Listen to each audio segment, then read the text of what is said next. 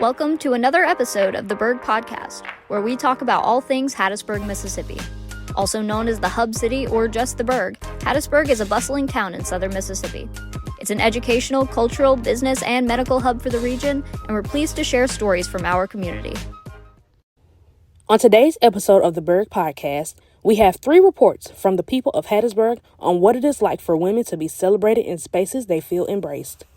First up, we have Anna G. Pierce interviewing author and Miss Mississippi, Vivian O'Neill, on her journey that led her to represent the state of Mississippi. Hi, I'm Anna Pierce for the Burg Podcast. Today I'm interviewing Vivian O'Neill as part of our regular series, interviewing people of the Pine Belt. And my guest is Miss Mississippi. It is so nice to meet you and take time out of your day to be here with me today. I did a little bit of research beforehand and read how earlier in 2023 you had no intention of participating in Miss Mississippi. Can you tell me a little bit of why that was? So I won on my 5th year. This is my 5th year competing that I won in. And so I'd been competing in the system for forever. And I was first alternate in 2021. I was actually Miss USM. And I was first alternate in 2021. And then I came back the following year and I was second alternate. And there's an immense amount of pressure around coming back as a first alternate. And so when I came back and I went backwards, if you know anything about the Enneagram, I'm an Enneagram 3. So I was very much like achievement oriented. And I thought, well, there's only one place to go, and that's Miss Mississippi. And so when I didn't win, I think I had put so much pressure on myself and let it overwhelm me that I just decided, you know what, maybe this just isn't for me. It's time to give this up. But I don't know what happened. There were just a lot of different parts of my life that fell into place that pointed towards competing again. And so obviously I'm so thankful I did. I'm going to switch around this question because I had it as number 3, but obviously I watched the video of you winning and stuff. What was the feeling like when you heard your name being announced as Miss Mississippi?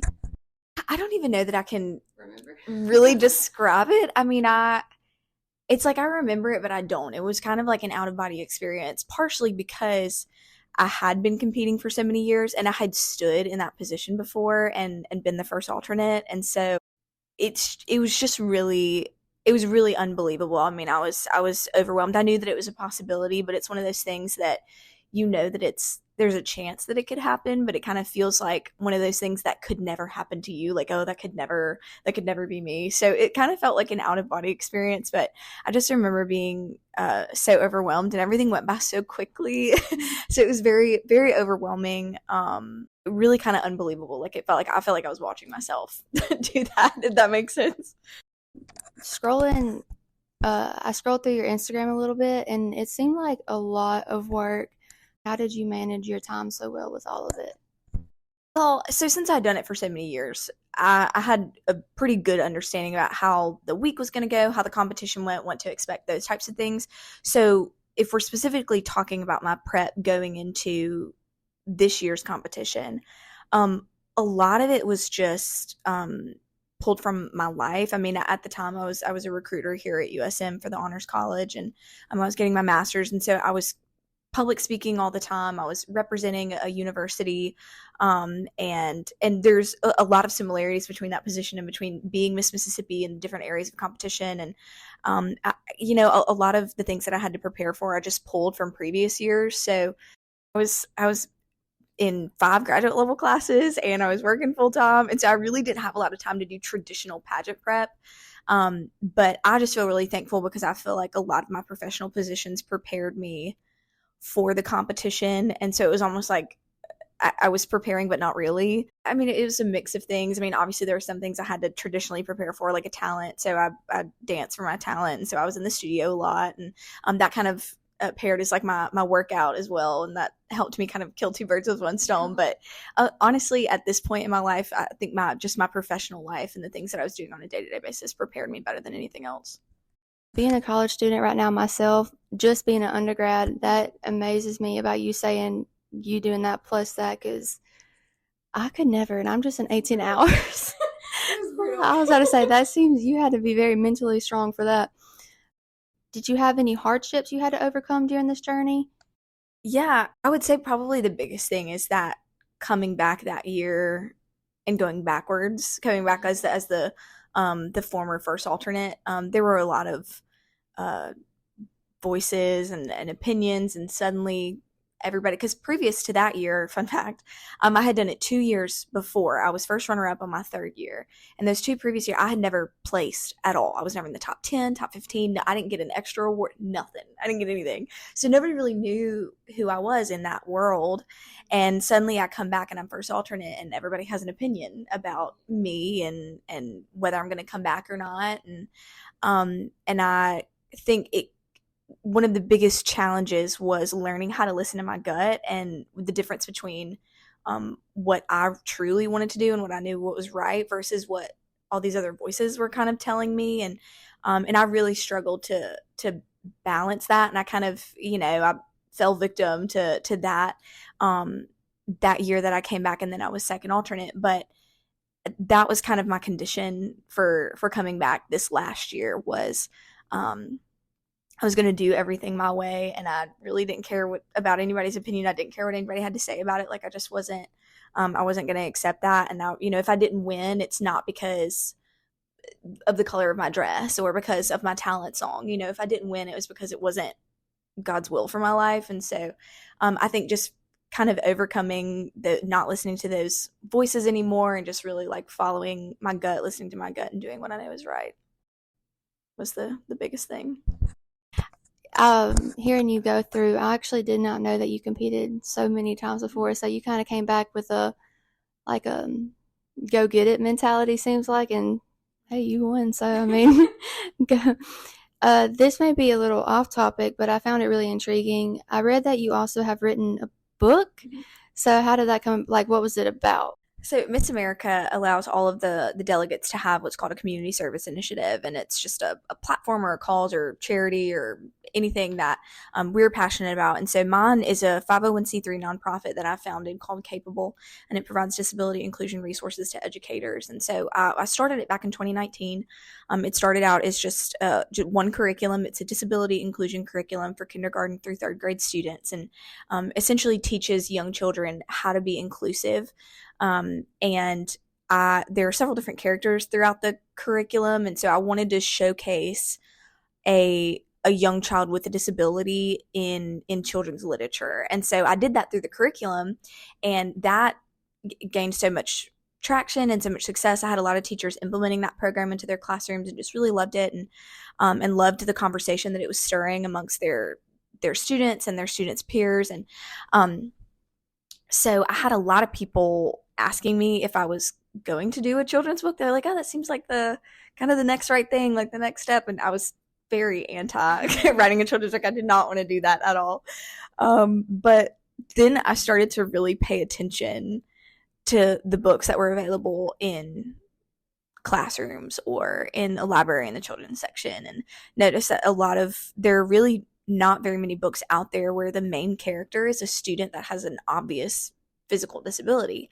And so that was something that I really wanted to highlight. And I thought, you know what, maybe I don't want to, but I think I need to, just as part of this. And so I partnered with some educators and with a really incredible illustrator, and we created this book. I wrote the book, he illustrated it and helped me publish it. And now it's sold probably close to over 400 copies.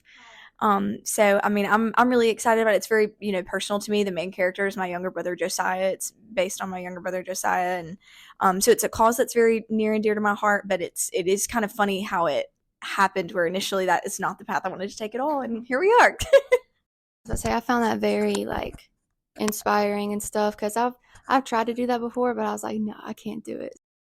Growing up, since you said it was about your brother, him having disabilities, has that made you grow, shaped you into the person you are today? Or yeah, I mean, it's changed everything. Aside from the fact that it became this huge platform for me and a huge motivator for competing in the Miss America organization to begin with, it really changed my perspective and my worldview. I think the truth of it is that you don't know what you don't know. And so there are a lot of people that I have found where they won't notice if there's not enough space between tables at a restaurant for somebody in a wheelchair to get by, or they won't notice that there's not a braille menu available to somebody who needs that, or maybe there's not an ASL interpreter at a conference where somebody's presenting at and there's somebody in the audience that needs that. If you haven't had that as a personal experience or close to somebody where that's been their experience, it can be hard for you to notice those things. And I think it just changed my perspective so much and kind of opened my eyes to a world of issues that in regard to accessibility that I don't think I would have noticed otherwise. And there are just so many disparities that I think came to light as I watched Josiah navigate life. And so, I've been a lifelong advocate, and Miss Mississippi and Miss America has just helped broaden my audience and kind of the message that I want to share. And I've really just been able to use it as a platform to share that message. But he's truly, my experience just watching him grow up has just really changed everything about my life perspective. That's awesome. I whenever I was researching, I kind of read a little bit, but I didn't read too much because I was like, I'm gonna let her tell me about that. So this actually really interested me. You seem very family oriented. I read in an article that you say your dad was the number one pageant dad, not only in Miss Mississippi, but Miss America. Can you tell me more about that and your dad's impact? So we call my dad Father Mississippi, and he takes the title very seriously. But we have very similar personalities. We're both very extroverted, both very outgoing. And so when it came to the whole pageant thing, it was very easy for us to collaborate. And he would, text me if I had one of my local titles, he'd text me and be like, hey, I think I've got you an appearance for Tuesday morning. I want you to speak to this group or something. And, or I want you to come speak to this group of educators about capable on this day if you're available. So, our personalities work really well together for that type of thing. But it's just funny because typically you walk in a room and it's, you go to a pageant orientation and it's all the contestants and their moms. And then it's me and my dad. If you had anything to say to any girls who want to do this pageant but are afraid to, what would you say? I would say you can't discount yourself. I've had so many people be like, I would love to do that, but I could never do that. I have friends who never saw themselves competing in a pageant and they were in the top 5 with me. Or, they made the top 10, or they got this award or that award, or they got this job as a result of something that they gained from the organization. And so I would just say, don't feel like you have to fit some type of mold to be successful or to get what you want out of the program. I've always found those type of pageants to be very inspiring because y'all go through a lot. So thank you so much for being here, and I'm Anna for the Burg podcast. On our next segment, Sydney Stokes tells us her story of self-actualization when entering college. A change in perspective. I am the only person in control of my own life. It's such a simple statement, yet its truth often eludes us. It's easy to say, but believing it, that's a journey in itself. For me, that journey began to unfold during my junior year of high school. At the end of my junior year, I was a different person, lacking in self-belief, confidence, and often allowing others to dictate my path. Junior year was a roller coaster of self-discovery for me. I was your typical high schooler, stumbling through life, trying to figure out who I was and where I fit in.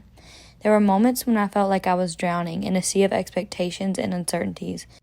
But everything changed during a field trip with my high school health science club to the University of Mississippi Medical Center, just a few weeks before the onset of quarantine. Our journey took us through the corridors of the medical center, each stop offering new insights and revelations. Yet, it was a visit to the neurology department that left an indelible mark on me. I was surrounded by shelves of preserved brains, feeling like I'd stumbled into a sci-fi movie. And then, all of a sudden, there I was, holding one in my hands.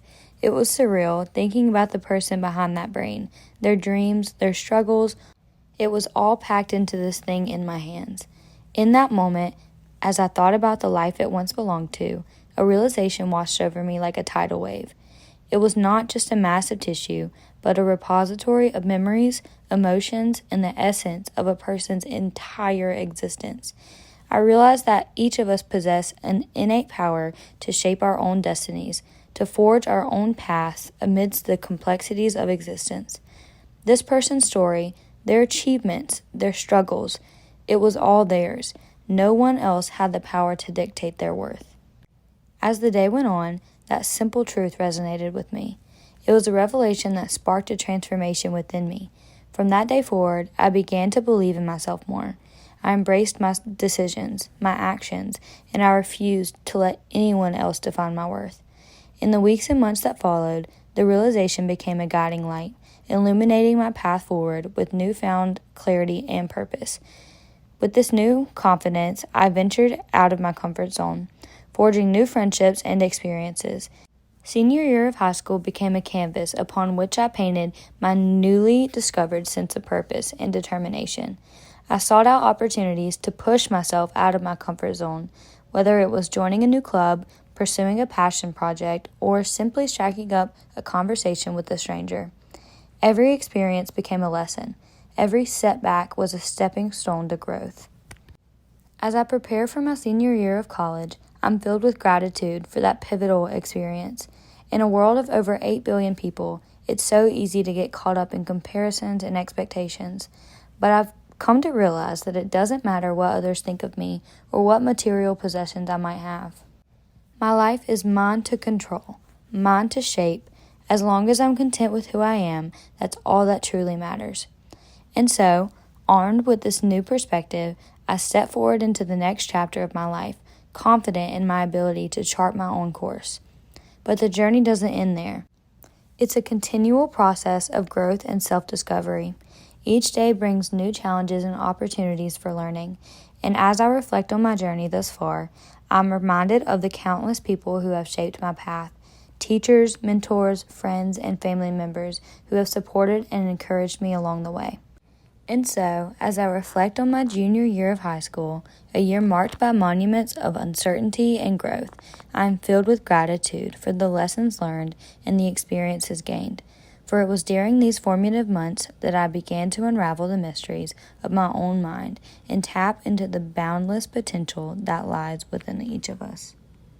And as I prepare to embark on the next chapter of my life, armed with a deeper understanding of myself and my own agency, I do so with a sense of excitement and anticipation, for I know that the journey ahead will be filled with challenges and opportunities, as well as a lot of twists and turns. So, if you ever find yourself at one of these crossroads, unsure of which path to take, remember this.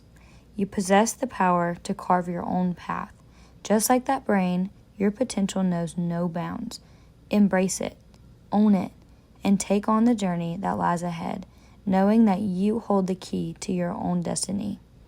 I may not know exactly where the journey will take me, but one thing is certain. I will be steering the ship, navigating the waters, and charting my own course, one step at a time. I'm Sydney Stokes for the Burg Podcast. Lastly, we talk with Imani Gibbs about the Her Story Book Club and its foundation. Tamaria Fondren has this report. Reading Her Story Book Club was officially chartered in October of 2023. The founder and current president, Imani Gibbs, expressed her thought process and vision with creating the organization after having the idea for a book club of its nature since her freshman year at the University of Southern Mississippi in 2021. I wanted more people to discuss books with and read books together, and so when I found out we didn't have a book club on campus, I was shocked, and I figured, well, if I'm having trouble finding the community, I guess I have to create it myself. As of April 2024, on its first full semester of being an official USM organization, Reading Her Story has amassed more than 25 members by word-of-mouth advertising and their social media account. The organization and its members strive for another space of diversity and inclusion within the USM campus. The overarching goal is to just foster a sense of community on campus for what I feel like is a demographic that maybe needed just a little bit more attention, and so that would be like people who aren't necessarily joiners and people who obviously who like to read, and then as well as the Black female students who also fall under those categories. With the semester coming to a close, Reading Her Story's engagement shows signs of expanding their members and influence into the upcoming semester. As the president, Gibbs detailed how the organization has impacted her opportunistic nature and involvement at USM. I'm really getting to figure out more what my leadership style is and what that looks like for me being a leader. And it also just kind of was a positive reinforcement. Like once it got off the ground and people were interested and it became like really successful, like it really just showed me like I can do what I want to do. Reading Herstory's role as an organization focused on uplifting and highlighting the works of Black female authors leaves much to anticipate in the upcoming year. I'm Tamaria Fondren for the Burg Podcast. Thank you for tuning in to the Burg Podcast. This podcast is totally produced by students in Dr. Dave Davies' MCJ 344 podcasting class in the School of Media and Communication at the University of Southern Mississippi. Producers for this episode are Madison Calkins, Sydney Stokes, Michaelan Williams, and Denari Washington. Music from Upbeat. See the link in our About page for more information. Cover artwork by Madison Calkins and Greta Graves.